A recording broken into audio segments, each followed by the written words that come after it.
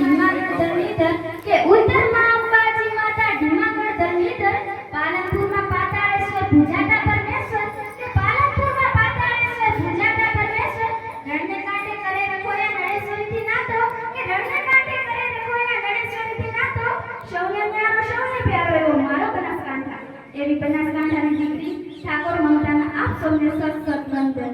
આજે જેવું જન્મદાતા જીવનદાતા મારી વાલી વિશે બે ચાર શબ્દો કહું તો તમે શાંતિથી સાંભળજો। ભગવાનને ભજવાથી માં નથી મળતી કે ભગવાનને ભજવાથી માં નથી મળતી, પરંતુ માને ભજવાથી ભગવાન અવશ્ય મળે છે। જે ધરતી પર પહેલો શ્વાસ તે લીધો હતો કે જે ધરતી પર પહેલો શ્વાસ તે લીધો હતો ત્યારે માતા તારી પાસે હતા, પરંતુ જ્યારે મા બાપ છેલ્લો શ્વાસ લે ને ત્યારે તું તેની પાસે રહેજે। ઘરની માને રડાવે કે ઘરની માને રડાવે અને મંદિરની માને ચૂંદડી ઓઢાડે, વાહ દીકરા વાહ।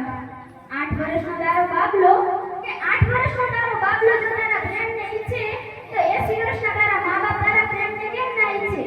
ઓ માં, તમારા વહાલના વહાલથી ઉઘડ્યા મારા અંતરના દ્વાર કે ઓ માં, તમારા વહાલના વહાલથી ઉઘડ્યા મારા અંતરના દ્વાર અને મેં મારી આંખોથી માણી સૌને છેવાડી। રડવું હોય તો ખભો તો કોઈ ન મળે કે રડવું હોય તો ખભો તો કોઈ ન મળે, પરંતુ ખોળો તો માત્ર માનો જ મળે છે। સંસારની બે કરોડતા કે સંસારની બે કરોડતા, મા વિનાનું ઘર અને ઘર વિનાની માં। આપણા શાસ્ત્રોમાં લખ્યું છે કે ભગવાનને ભજવાથી માન નથી મળતી।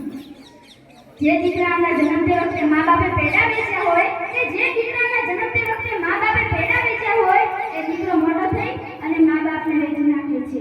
માનો અર્થ દુનિયાની બધી ભાષામાં માં જ થાય છે કે માતાનો અર્થ દુનિયાની બધી ભાષામાં માં જ થાય છે। માં એક એવી ઋતુ છે કે જેને ક્યારે પાનખર નથી આવતા।